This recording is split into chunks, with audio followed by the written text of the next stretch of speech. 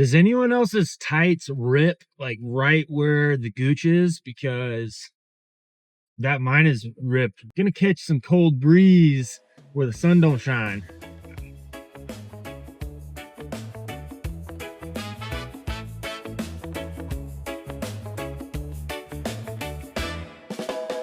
This will be the last video before the marathon. So I'd like to see some predictions on what I'm gonna run. Whoever's closest, maybe they'll get something from one of the non-existent sponsors here. So do stick around. I'm already starting to think about what we're gonna do after this. Who are we gonna copy? I'm thinking maybe a 5K or a 10K. So drop a comment, that's what makes this all work. This is one of my favorite episodes. There'll be the 8-mile PMP, a little Thanksgiving turkey trot treat. We did a 4x800, some long runs with some marathon work. I don't know, we did all kinds of stuff and I'm super excited for you to see it.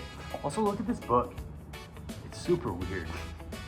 Wait, just one more thing. And we'll talk about how Clayton and professional runners taper and prepare for their marathon.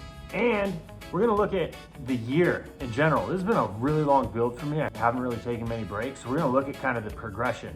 Ultimately, does copying a professional runner's training and workouts, does that work? Stick around. So watch me eat while we talk about the year. First race was Loveland 4-mile. It looks like I'm going fast, but I wasn't. Barely broke 6-minute pace, got second, but yeah, it was bad. Racing is a skill I forgot how to hurt. I was embarrassed, hungry for a little bit of redemption, so hopped in a lucky leprechaun race in Boulder a few weeks later, and that went a little bit better, so things are trending sort of in the right direction. Still no real training plan, just banging out some tempo work here and there and trying to get my mileage slowly up. So continuing to just float rudderlessly through training, doing some tempo work, some speed every now and then, but jumped into this 5K and was actually really disappointed. I was hoping for something faster, but progress, steps in the right direction. And the last race for a little bit was the Dash and Dine 5K. I was pissed about this. I was hoping to go out and run faster than the track 5K because I had been training for a lot longer, but it really poorly, and I had to sort of take a step back and rethink everything after this. So this was the last race I did for a few months while I sort of just looked at my training again and rebuilt. And then after a long rebuild, just focusing on mileage, continuing to push tempo and throwing some speed in there, it was time to race Falmouth. And I think Falmouth is really a testament for me of just how being consistent over a long period of time pays off. I think I averaged 5:38 for that race when I couldn't really do that. I was running 6 minutes at the beginning of the year. So for me, just stacking bricks consistently for a long period of time is what pays off. I sucked my freshman year of high school. By my senior year, I was able to run 9:22 in the 2-mile and be one of the better guys in the area.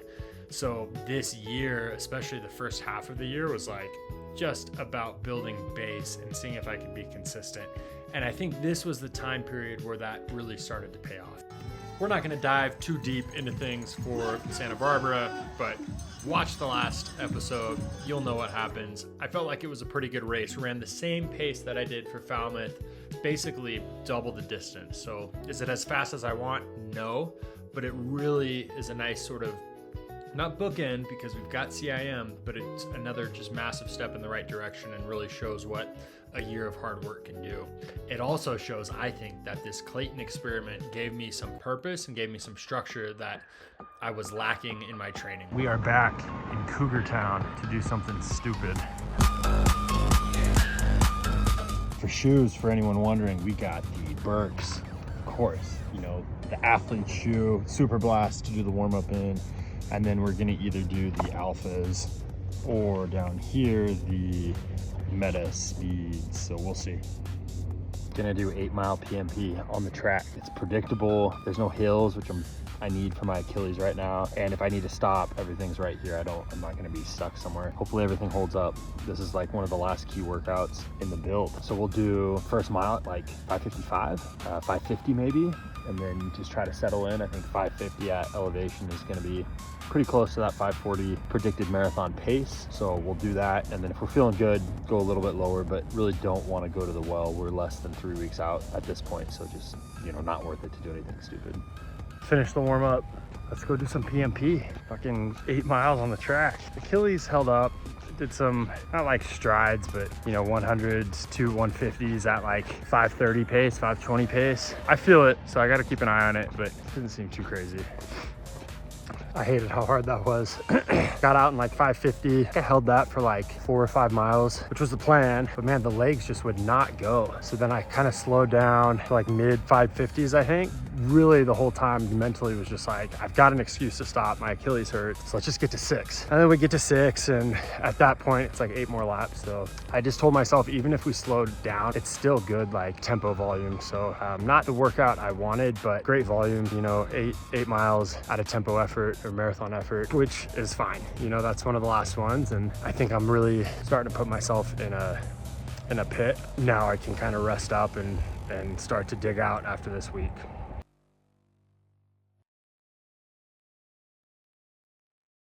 I called for help twice, and not a you, what do you need, or nothing.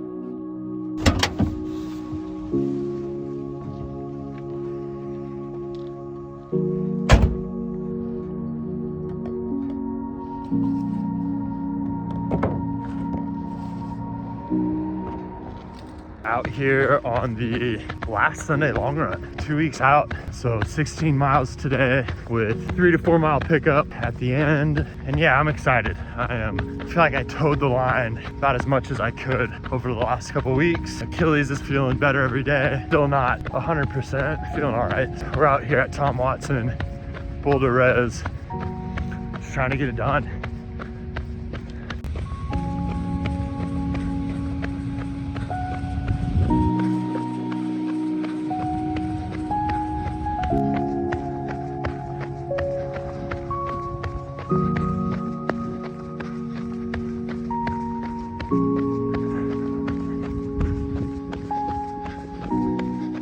Trying to figure out my fueling. Saw Joe Kleckler,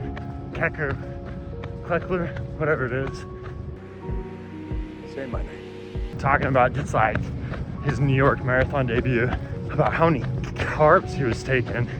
Fueling has been like something I've been very intentional about, and something that these sports scientists have drilled into me that is like critical, and they still think people are not taking it seriously enough. Like the other day, I was like trying to go crazy with it. And before every 2 mile rep, I just chugged 50 grams of carbs, like in 30 seconds. In 50 minutes, I took in 250 grams of carbs. And I'm not doing that in the race, but you know, David Roach and some of these sports scientists are saying like it's good to overtrain it. So when you're in the race with nerve, in a racing setting, you know, you're not doing that much carbs, but you can easily handle what you're gonna take. It's kind of inspired me to try to get more in. So last week I picked up some new gels.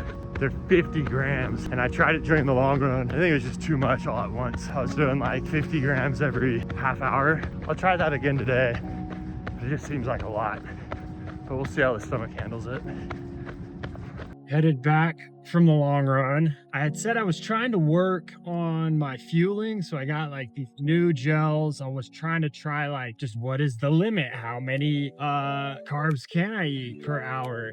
I found my limit. I puked so much. I had one at a half hour and then one at an hour, and I couldn't have the third one because my stomach was so fucked. And then after the 3 mile like on effort, I barfed for like 5 minutes. So yeah, found the limit. We'll probably stop being cute and just go back to standard goos, the espresso flavor or something. Those also, my stomach doesn't love those, but I was doing like 25 grams every 20 minutes maybe. So instead of going for 100 grams an hour, I think I'm gonna just do like, you know, maybe 75. If I take one every 20 minutes, 25 minutes, I think is just where it's at for me. I'm out of time to be getting cute. We got 2 weeks left and I'm ready to taper. Legs are feeling like junk. Decent Sunday long run, 6:48 average pace. Felt okay for just like the run part.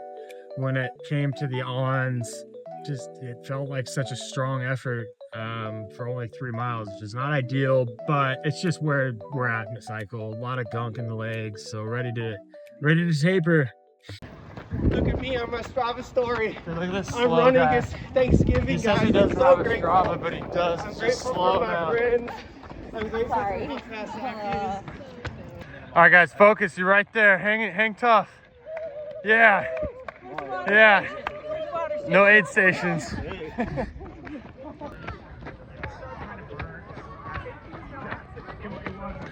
Yeah. Oh, yeah. And I kind of ran out of footage, so watch me play piano while we talk about the taper. I did the same thing Clayton did for my taper. So the week before the final week, I did 2x3 mile. This workout actually went good. I'm starting to feel better. I started it slower, like high 550s, and then worked down to like mid 445-ish for both of them. Then I did 4x800. Clayton did 8x800, but I did 4. This was just to get the legs turning over again so that marathon pace didn't feel so hard, and to kind of test the Achilles. Just felt like I was stuck in that marathon shuffle. So this workout also went pretty good. It was just over 230 pace, and it actually made Sunday's run, which was only 12 miles with 4 miles at marathon pace, feel really good. Actually, for the first time in a long time, was able to hit sort of the elevation altitude marathon pace without feeling totally crappy, actually feeling really good, like I was holding back. So yeah, I copied Clayton on all of these, just did way less volume. I'm feeling okay going into things, actually starting to feel the taper, and timing could not be better.